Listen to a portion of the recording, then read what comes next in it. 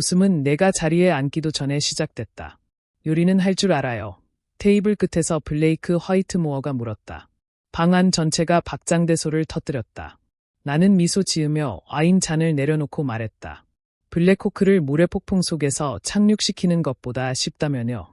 더 큰 웃음이 터졌다. 모두가 내가 농담하는 줄 알았다. 단 한 사람을 제외하고. 전역한 육군 항공중장이 그 순간 법원 잔을 거에 떨어뜨릴 뻔했다. 그 순간이 모든 것을 바꿨다. 파티는 달라스의 프레스턴 할로우에 있는 블레이크와 마르시 화이트모어의 집에서 열렸다. 진입로마다 고급 자동차가 질비하고 뒷마당마다 아예 주방이 딸린 그런 동네였다. 남편 그레그는 이런 자리를 좋아했다. 나는 견뎌냈다. 차가 원형 진입로로 들어설 무렵 내 오른쪽 무릎은 이미 욱신거리고 있었다. 일주일 내내 비가 오락가락했고 오래된 부상은 늘 날씨를 먼저 알아챈다. 나는 내리기 전에 조수석에 잠시 앉아 있었다. 괜찮아? 그레그가 물었다. 그냥 좀 뻣뻣해서. 그가 고개를 끄덕였다. 걱정하지 않았다. 무시하지도 않았다. 그냥 익숙해진 것뿐이었다. 어쩐지 그게 더 나빴다. 20년을 함께 산 뒤 통증은 우리 집 가구처럼 됐다. 아무도 더 이상 그것에 대해 이야기하지 않는 것. 나는 안으로 들어가기 전에 드레스를 매만졌다. 드레스 자체가 불편한 건 아니었다. 그냥 솔직할 뿐이었다. 43세에 수술과 재활과 드라이브스루로 보낸 세월 끝에 내 몸은 더 이상 헬리콥터를 몰 때와 같지 않았다. 나는 그 대부분과 화해했다. 대부분의 날들은 안에는 구운 스테이크 냄새와 비싼 향초 냄새가 가득했다. 컨트리 뮤직이 숨겨진 스피커에서 조용히 흘렀다. 사람들은 음료를 들고 서서 골프 점수, 재산세, 카우보이스 팀 이야기를 나눴다. 늘 그렇듯이 블레이크가 우리를 바로 발견했다. 그레그, 언네, 두 남자가 악수를 나눴다. 그러더니 블레이크가 나를 돌아봤다. 그리고 사라, 적대적이지는 않았다. 그냥 덤으로 따라온 사람 취급이었다. 나는 공손하게 미소 지었다. 몇 분 만에 그레그는 상업용 지붕 공사 계약 이야기 속으로 사라졌다. 나는 주방 아일랜드 근처에서 아내들 사이에 서 있었다. 적어도 모두가 우리를 그렇게 불렀다. 아내들. 마치 우리 모두가 같은 범주에 속하는 것처럼. 마르시가 와인을 따르며 말했다. 사라, 요즘 하루 종일 뭐 해요? 아기는 없었다. 그냥 궁금증이었다. 별로 들을 게 없을 거라고 가정하는 종류의 궁금증. 이것저것이요. 그녀는 고개를 끄덕이더니 곧바로 다른 여자에게 돌아서서 손자 이야기를 했다. 나는 아이가 없었다. 보통 그러면 대화가 끝난다. 1시간쯤 뒤 모두가 긴 식탁에 둘러앉았다. 남자들은 자연스럽게 한쪽에 모였다. 여자들이 나머지 자리를 채웠다. 나는 블레이크 맞은편에 앉게 됐다. 그 옆에는 듀크 홀랜더가 있었다. 어떤 주제든 30초 안에 전문가가 되는 은퇴한 영업사원. 듀크는 미식 축구, 정치, 의학, 군사에 대한 의견이 있었다. 특히 군사에 대해서. 나는 그런 사람들을 항상 흥미롭게 봤다. 아는 게 적을수록 더 자신 있게 말한다는 것을. 저녁 식사가 시작되자마자 농담이 시작됐다. 블레이크가 그레그를 바라봤다. 너 눈 좋은 남자야. 그레그가 씩 웃었다. 알아. 마르시가 눈을 굴렸다. 그렇게 말해야 해. 블레이크가 포크로 나를 가리켰다. 사라, 진지한 질문이야. 나는 이미 어디로 흘러갈지 알고 있었다. 뭔데요? 요리는 진짜로 할 줄 알아요. 몇 명이 웃었다. 나는 공손하게 미소 지었다. 블레이크가 계속했다. 아니, 그레그는 항상 클라이언트들이랑 외식하잖아요. 그건 보통 좋지 않은 신호인데 더 많은 웃음이 터졌다. 나는 그레그를 쳐다봤다. 1초 동안, 딱 1초만 기다리면서 혹시 그가 뭔가 말해줄지도 모른다고. 혹시 화제를 돌려줄지도 모른다고. 혹시 그의 아내가 진짜로 누구인지 상기시켜 줄지도 모른다고. 대신 그는 음료 잔에 대고 킥킥 웃었다. 크게도 아니고 잔인하게도 아니었다. 그냥 충분히. 내 안에서 무언가가 자리를 잡았다. 분노는 아직 아니었다. 실망이 드디어 편안해진 것 같은 느낌이었다. 블레이크가 양손을 극적으로 펼쳤다. 사라, 어서요. 논쟁을 끝내봐요. 테이블이 기다렸다. 나는 물을 한 모금 마신 다음 어깨를 으쓱했다. 블랙호크를 모래폭풍 속에서 착륙시키는 것보다 쉽다면요. 타이밍이 완벽했다. 테이블 절반이 내가 말을 다 끝내기도 전에 웃었다. 듀크가 테이블을 탁 쳤다. 정말 웃기다. 누군가가 그 말을 따라 했다. 더 많은 웃음. 그리고 나는 침묵을 눈치챘다. 한 사람이 웃지 않고 있었다. 중장 프랭크 돛은 저녁 70대, 은빛 머리칼, 날카로운 눈. 1시간 동안 조용히 앉아 있어도 어쩐지 방을 지배하는 그런 남자. 그의 버번 잔이 입 중간에서 멈췄다. 그의 눈이 가늘어졌다. 그는 나를 똑바로 바라봤다. 나를 통과해서가 아니라 나를 향해서. 나는 위장이 조여드는 것을 느꼈다. 왜냐하면 나는 그 눈빛을 알고 있었기 때문이다. 인지였다. 주변의 대화는 계속됐다. 아무도 눈치채지 못했지만 프랭크는 계속 나를 바라봤다. 몇 분 뒤, 그가 살짝 앞으로 몸을 기울였다. 실례합니다. 테이블이 조용해졌다. 그의 목소리는 크지 않았다. 그럴 필요가 없었다. 그가 나를 바라봤다. 미첼 대위, 방 안의 모든 소리가 사라지는 것 같았다. 1초 동안 에어컨 소음만 들렸다. 심장이 한 번, 세게 뛰었다. 그 호칭을 들은 게 몇 년 만인지 몰랐다. 닥터도 아니고, 사모님도 아니고, 미첼 여사도 아니었다. 대위. 나는 그레그를 흘끗 봤다. 그는 혼란스러워 보였다. 블레이크도 혼란스러워 보였다. 모두가 혼란스러워 보였다. 프랭크를 제외하고. 나는 작은 미소를 지어 보였다. 이제는 아니에요. 프랭크가 잠시 나를 살펴보더니 천천히 고개를 끄덕였다. 그럴 거라고 생각했어요. 그게 전부였다. 그는 설명하지 않았다. 이야기를 늘어놓지 않았다. 나를 당황스럽게 하지 않았다. 그냥 음료로 돌아갔다. 대화는 이윽고 다른 곳으로 흘러갔지만 저녁 내내 사람들이 나를 훔쳐보는 것을 느낄 수 있었다. 그레그와 내가 드디어 떠날 준비를 하자. 나는 지쳐 있었다. 몸이 아닌 마음이. 밖에는 9월 공기가 아직 따뜻했다. 대리주차 직원들이 진입로에서 차를 이리저리 옮겼다. 손님들이 정문 근처에서 어물거렸다. 그레그는 앞서 SUV를 향해 걸어갔다. 나는 절반쯤 갔을 때 누군가가 내 이름을 불렀다. 사라, 나는 돌아봤다. 프랭크 돛이 몇 발자국 거리에 서 있었다. 아예 조명이 진입로에 긴 그림자를 드리웠다. 잠시 우리 중 누구도 말하지 않았다. 그러더니 그가 명함 한 장을 내밀었다. 전화 한 통 주시면 감사하겠습니다. 나는 아래를 내려다봤다. 단순한 카드. 이름, 번호. 그게 전부였다. 프랭크 장군. 프랭크. 그의 표정이 아주 살짝 부드러워졌다. 저를 기억 못하실 수도 있어요. 이름은 기억해요. 그럴 거라고 생각했습니다. 잠시 그가 뭔가 더 말하고 싶어 하는 것 같았다. 대신 그는 주머니에서 펜을 꺼내 카드 뒷면에 뭔가를 썼다. 그리고 돌려줬다. 나는 내려다봤다. 6단어. 칸다하르 2011에 대해 이야기해야 합니다. 세상이 내 발밑에서 기울어지는 것 같았다. 눈에 보이게는 아니지만 충분히 10년이 넘도록 건드리지 않았던 기억들을 되살릴 만큼, 맥박이 빨라지게 할 만큼. 다시 고개를 들었을 때 프랭크는 이미 그의 차를 향해 걷고 있었다. 나는 카드를 바라보며 그 자리에 서 있었다. 등 뒤에서 그레그가 운전석에서 소리쳤다. 올 거야. 나는 카드를 조심스럽게 접어서 지갑에 넣었다. 그리고 SUV를 향해 걸어갔다. 밤새 처음으로 나는 블레이크도, 듀크도, 저녁 식탁도 생각하지 않고 있었다. 나는 칸다하르를 생각하고 있었다. 그리고 이 모든 세월이 지난 뒤에 누군가가 마침내 그 문을 열었는지 궁금해하고 있었다. 그날 밤 나는 잠을 거의 자지 못했다. 눈을 감을 때마다 프랭크가 명함 뒷면에 쓴 그 단어들이 보였다. 칸다하르 2011. 6단어. 대부분의 사람들이 이해하지 못할 무게를 담은 6단어. 새벽 2시에 나는 필요도 없는 커피 한 잔을 들고 혼자 주방에 앉아 있었다. 집은 조용했다. 그레그는 1시간 전에 잠자리에 들었다. 식기세척기가 조용히 잉잉거렸다. 빗소리가 창문을 두드렸다. 나는 무릎을 주무르며 카드를 다시 들여다봤다. 나는 오랫동안 아프가니스탄에 대해 생각하지 않으려고 매우 열심히 노력해왔다. 부끄러워서가 아니었다. 숨기는 게 있어서도 아니었다. 삶이 그냥 흘러갔다. 아니면 적어도 나는 그렇다고 스스로를 납득시키려 했다. 그레그가 발소리를 내며 주방으로 들어왔다. 추리닝 바지와 낡은 티셔츠 차림이었다. 냉장고를 열었다. 괜찮아. 나는 어깨를 으쓱했다. 잠을 못 자겠어. 그가 생수 한 병을 집었다. 아직도 오늘 밤일 생각해.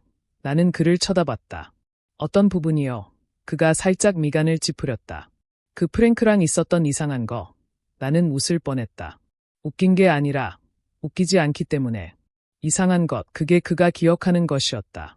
농담이 아니라, 저녁 식탁 대화가 아니라, 그의 친구들이 나를 장식용 가구처럼 대한 방식이 아니라, 이상한 것은 은퇴한 장군이 나를 알아본 것이었다. 그렇죠. 그레그가 병마개를 열었다. 그 사람 알아. 좀, 군대 관련. 그가 고개를 끄덕이더니 만족한 듯 침실로 향했다. 복도 중간에서 그가 멈췄다. 블레이크가 농담한 거 알잖아. 그렇지, 그것이었다. 내가 알고 있었던 그 문장. 변명, 설명, 핑계. 나는 주방 테이블을 바라봤다. 잘 자요. 그레그. 몇 초 뒤 침실 문이 닫히는 소리가 들렸다. 나는 거기 1시간 더 혼자 앉아 있었다. 새벽쯤 나는 드디어 유층으로 올라갔다. 하지만 다시 잠들지 않았다. 대신 창고를 열었다. 몇 분 뒤 낡은 플라스틱 상자를 찾았다. 안에는 사진첩, 군 서류, 비행일지, 또 다른 삶의 조각들이 있었다. 나는 바닥에 앉아 사진들을 넘기기 시작했다. 22살의 내 모습이 있었다. 말랐고, 볕에 탔고, 비행 훈련 첫날 겁에 질려 보였다. 몇 페이지 뒤에는 블랙호크 헬리콥터 옆에 서 있는 내가 있었다. 또 다른 사진, 그리고 또 다른 수년간의 기억들. 좋은 것도, 힘든 것도, 그리고 모두 진짜인 것들. 나는 오클라호마 털사에서 자랐다. 아버지는 디젤 엔진을 수리했다. 어머니는 세인트 프랜시스 병원에서 야간 근무를 했다. 둘 다 돈이 많지 않았다. 그들이 가진 것은 규율이었다. 나타난다. 열심히 일한다. 시작한 것을 끝낸다. 9.11 이후 나에게 많은 사람들처럼 무언가 바뀌었다. 나는 목적이 갖고 싶었다. 도전이 하고 싶었다. 중요한 사람이 되고 싶었다. 그래서 군에 입대했다. 아무도 내가 조종사가 될 거라고 예상하지 않았다. 솔직히 나도 그랬다. 하지만 처음 헬리콥터 조종석에 앉던 날, 나는 빠져들었다. 어떤 사람들은 소명을 찾는다. 다른 사람들은 그것과 우연히 마주친다. 나에게는 훈련 비행 중 텍사스 상공 어딘가에서 일어났다. 항공기가 지상에서 떠오르는 순간 나는 알았다. 이것이다. 이것이 내 것이다. 그 뒤에 이어진 세월은 내 인생에서 가장 힘들고 가장 좋은 세월이었다. 나는 이라크에서, 아프가니스탄에서 날았다. 먼지 폭풍, 산악 계곡, 야간 작전, 유료 후송, 보급 임무, 병력 수송 임무. 그 일은 화려하지 않았다. 군대 일의 대부분이 그렇듯. 하지만 중요했다. 그걸로 충분했다. 오전 9시쯤 전화가 울렸다. 모르는 번호. 받기 전에 누구인지 알았다. 안녕하세요. 미첼 대위. 프랭크. 그의 목소리는 어젯밤과 똑같이 들렸다. 차분하고 직접적이고 낭비되는 말 없이. 아침인데 어떠세요? 솔직히요. 솔직하게 부탁합니다. 나는 주방 창문 너머를 바라봤다. 혼란스러워요. 공평하네요. 잠시 우리 중 누구도 말하지 않았다. 그러더니 프랭크가 바로 본론으로 들어갔다. 어젯밤 일부 시간을 오래된 기록들을 검토하는 데 보냈어요. 나는 허리를 더 세웠다. 어떤 기록이요? 칸다하르, 이장이 조여드는 느낌이었다. 밖에 빗소리가 갑자기 더 커지는 것 같았다. 그것에 아직 접근권이 있어요. 아는 사람이 있어요. 그 대답은 어쩐지 그에게서 나오면 완벽하게 합리적으로 들렸다. 정확히 무엇을 찾고 있어요? 진실. 나는 조용히 웃었다. 더 구체적으로 말씀해 주셔야 할 것 같아요. 그 임무가 최종 비밀 해제를 위해 검토되고 있어요. 그게 내 주의를 끌었다. 뭐라고요? 아시는 줄 알았는데요. 아니요. 프랭크가 한숨을 쉬었다. 그 시기에 오래된 작전들을 검토하고 있어요. 당신 것이 그 중 하나예요. 충분한 시간이 지났으니까요. 나는 유자의 등을 기댔다. 그 대답은 이해됐다. 그냥 아직 받아들일 준비가 안 됐을 뿐이었다. 프랭크가 계속했다. 사후 보고서를 다시 읽었어요. 침묵. 그러더니 당신은 그날 생명들을 구했어요. 나는 눈을 감았다. 기억들이 즉시 떠올랐다. 루터 소음, 모래, 무전교신, 두려움, 책임감, 선택들, 수많은 선택들. 그건 저한테 말씀해 주실 필요 없어요. 아니요. 그의 목소리가 부드러워졌다. 하지만 다른 누군가는 그래야 할 것 같아서요. 나는 대답하지 않았다. 이 대화가 어디로 향하는지 알았고 따라가고 싶은지 확신이 없었기 때문이다. 프랭크가 계속했다. 달라스에서 다음 달 참전용사 항공재단 행사가 있어요. 프랭크. 그냥 들어봐요. 그래서 나는 들었다. 재단위원회가 최근 비밀해제된 작전과 관련된 여러 참전용사들을 기리고 싶어해요. 내 맥박이 빨라지는 것이 느껴졌다. 당신도 그 중 한 명이에요. 나는 주방을 가로질러 바라봤다. 방이 갑자기 더 좁아진 것 같았다. 안 돼요. 아직 세부 사항도 안 들었잖아요. 세부 사항은 필요 없어요. 당신은 이걸 받을 자격이 있어요. 나는 웃었다. 웃기기 때문이 아니라 불가능하게 느껴지기 때문에. 프랭크, 저는 몇 년 동안 날지 않았어요. 그게 일어난 일을 바꾸지 않아요. 저는 더 이상 그 사람이 아니에요. 말이 나를 막을 수 있기 전에 나왔다. 침묵. 그러더니 프랭크가 대답했다. 거기서 당신이 틀렸어요. 나는 침을 삼켰다. 저를 모르잖아요. 아마도요. 그의 목소리는 차분했다. 하지만 지친 소리가 어떤지는 알아요. 그 말이 내가 예상한 것보다 더 세게 박혔다. 왜냐하면 사실이었기 때문이다. 나는 지쳐 있었다. 나 자신을 설명하는 것에 지쳐 있었다. 외면당하는 것에 지쳐 있었다. 아무도 기억하고 싶어 하지 않는 것 같은 삶의 조각들을 들고 다니는 것에 지쳐 있었다. 프랭크가 잠시 침묵을 두었다가 하나를 덧붙였다. 이 행사는 군사항공 모금 행사와 연결되어 있어요. 네, 주요 후원사 중 하나가 론스타 커머셜 루핑이에요. 내 심장이 뛰어넘었다. 론스타 커머셜 루핑. 그레그의 회사. 나는 그레그에게 전화 통화에 대해 말하지 않았다. 나는 몰래 무언가를 꾸미는 게 아니었다. 적어도 내 자신에게는 그렇게 말했다. 진실은 더 단순하고 더 추했다. 나는 그레그가 아직 건드리지 않은, 축소하지 않은, 설명해 버리지 않은, 골프 사진 뒤에 넣어두지 않은 내 삶의 한 조각을 갖고 싶었다. 그래서 프랭크 도슨이 다음 수요일 포트워스에서 열리는 참전용사 아침 모임에 나를 초대했을 때 나는 갔다. 그레그는 내가 물리치료 예약이 있다고 생각했다. 그게 정확히 거짓말은 아니었다. 그날 아침 무릎이 유료 행위로 분류될 만큼 충분히 아팠으니까. 아침 모임은 캠프보이대로 근처 제향군인 외국전쟁 회관에 있었다. 퇴바렌 깃발과 픽업 트럭이 가득한 주차장이 있는 낮은 벽돌 건물이었다. 안에서 커피는 연하고 베이컨은 바삭하고 대화는 소음이 많았다. 프랭크가 나를 소개했을 때 아무도 과잉 반응을 보이지 않았다. 누가 뭘 했는지에 대한 기자회견 스타일의 발표가 없었다. 몇몇이 고개를 끄덕였다. 한 여자가 반대편 자리를 가리켰다. 나는 앉았다. 그게 전부였다. 솔직히 그게 정확히 내가 필요로 했던 것이었다. 그레그의 프레스턴 할로우 서클에서 사람들은 당신이 어떻게 소개되느냐에 따라 당신을 맥락화했다. 배우자와 함께 있으면 당신은 배우자의 반쪽이었다. 혼자이면 당신은 잠재적인 이야기나 잠재적인 문제였다. 이 방에서는 존재 자체가 충분한 소개였다. 나타났다. 그게 스스로를 설명했다. 2시간 동안 나는 경청했다. 이야기들이 흘렀다. 어떤 것들은 웃겼다. 어떤 것들은 힘들었다. 어떤 것들은 둘 다였다. 그리고 이상하게도 나는 처음으로 몇 년 만에 평범함을 느꼈다.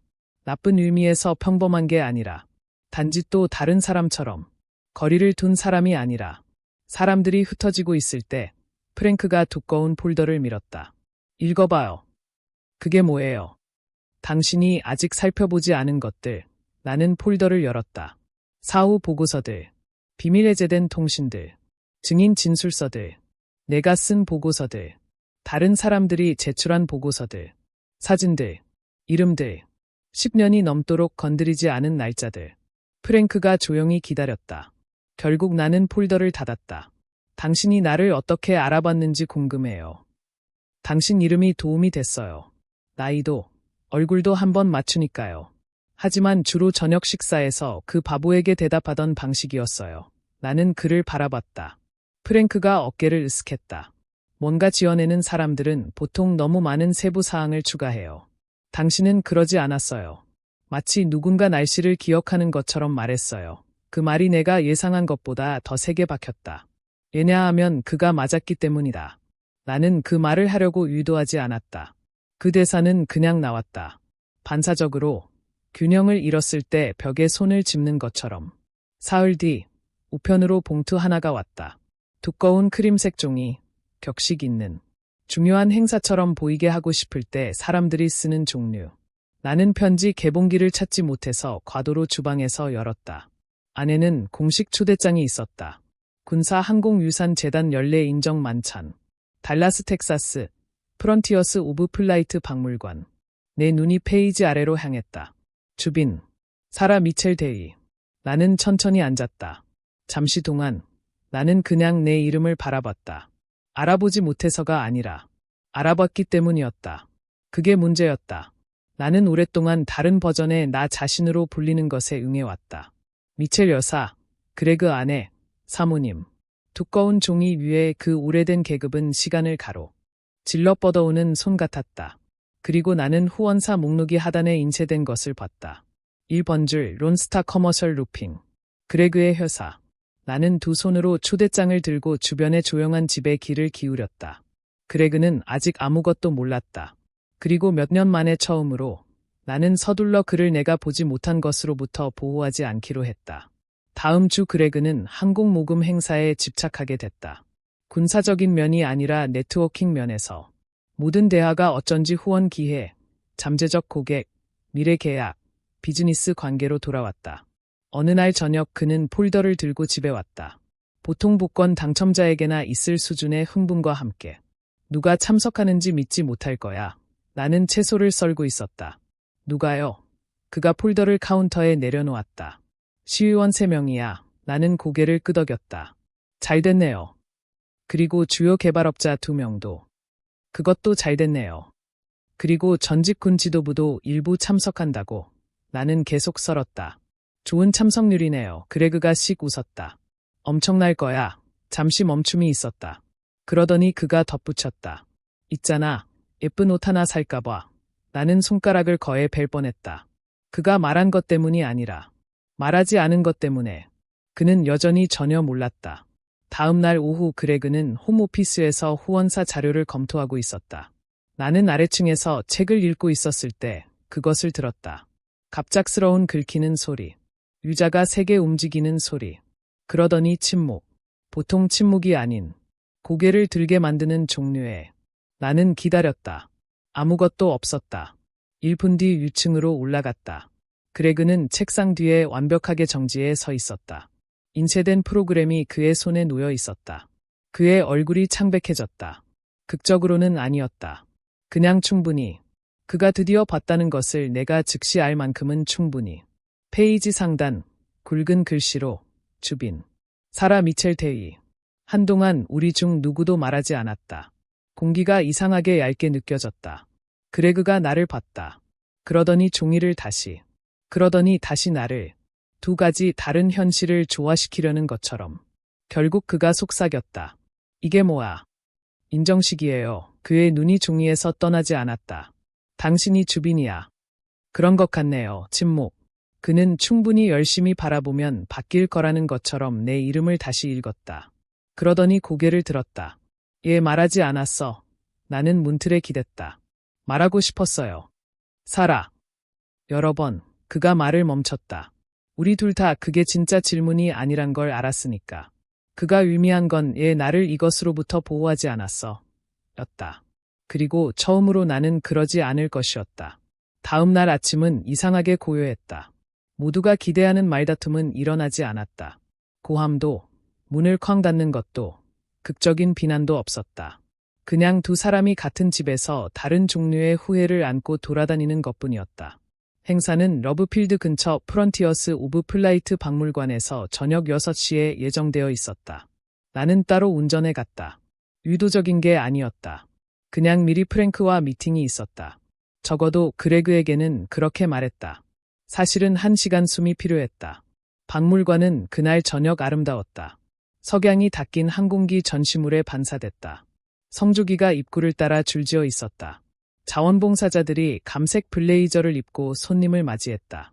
가족들이 전시물 사이를 돌아다녔다. 참전 용사들이 악수를 나눴다. 아이들이 천장에 매달린 비행기들을 신나게 가리켰다. 몇 주 만에 처음으로 내 긴장감이 나타났다. 그레그 때문이 아니었다. 블레이크 때문도 아니었다.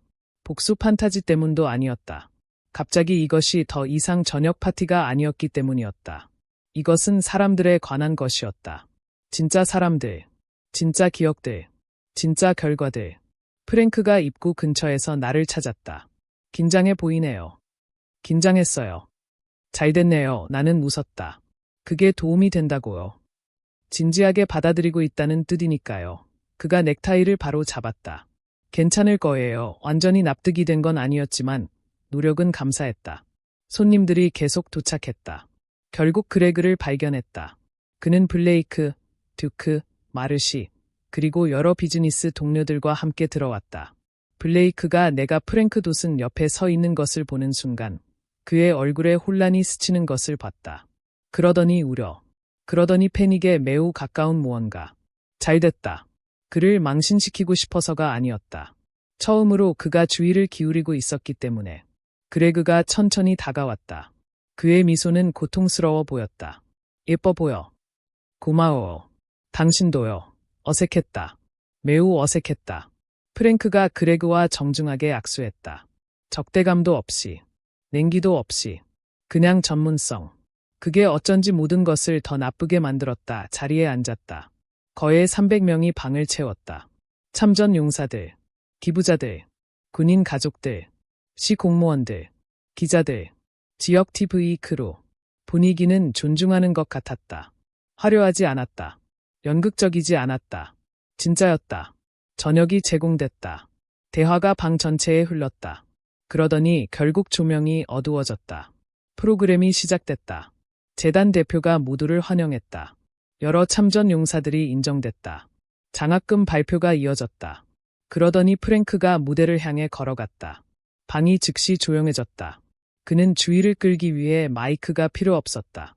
마이크가 그냥 더 쉽게 만들 뿐이었다. 안녕하세요. 수백 명이 침묵 속으로 자리를 잡았다. 프랭크가 방을 훑어봤다. 그러더니 시작했다. 그는 복무, 의무, 책임에 대해 이야기했다.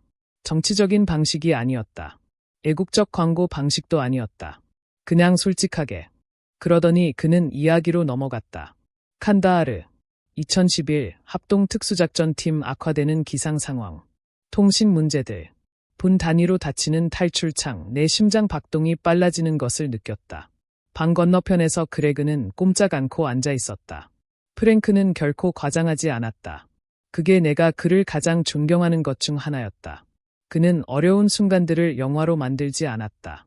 전문가처럼 단순하고 직접적이고 인간적으로 이야기했다.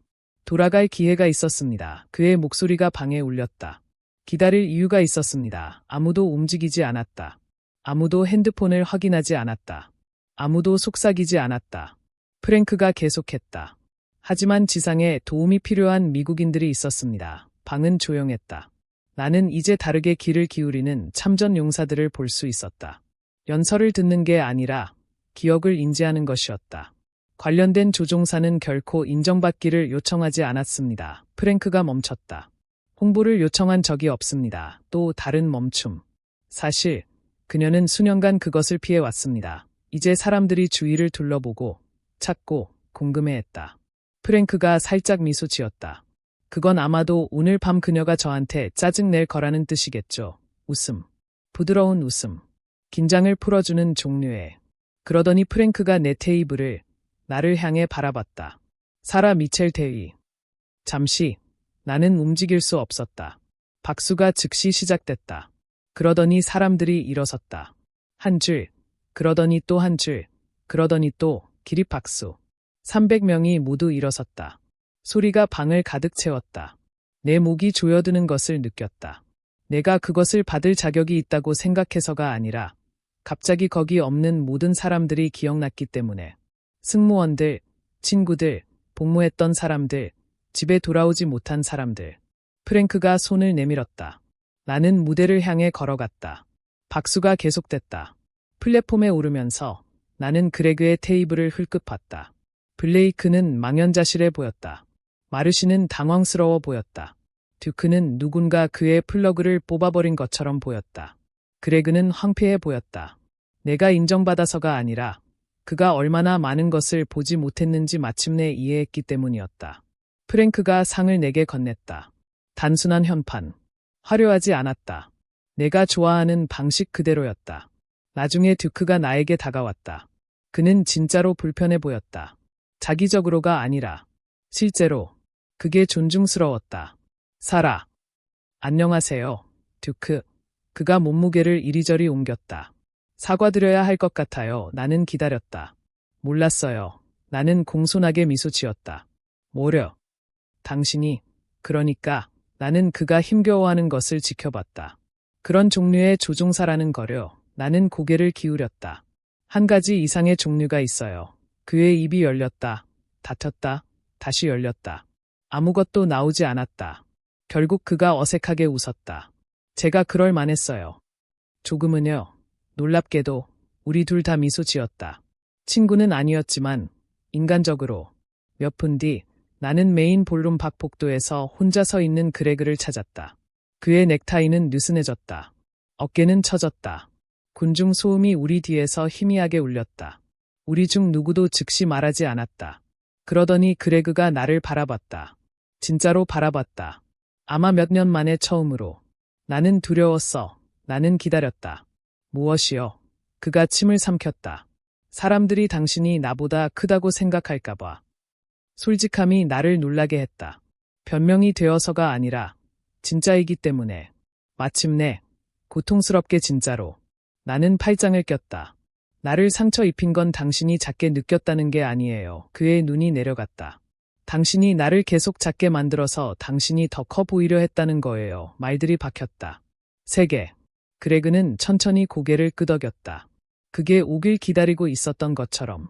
아마 그랬을 거다. 알아. 그의 목소리가 갈라졌다. 알아. 오랜 순간 동안 우리 중 누구도 움직이지 않았다. 그러더니 그가 고개를 들었다. 당신 같은 사람 옆에 어떻게 서야 할지 몰랐어. 나는 천천히 숨을 들이쉬었다. 나를 위해 일어서는 것부터 시작할 수 있었겠죠. 침묵. 더 이상 변명이 없을 때 도착하는 종류의. 마침내 그레그가 그날 저녁 내내 들고 다니던 질문을 했다. 나를 떠날 거야?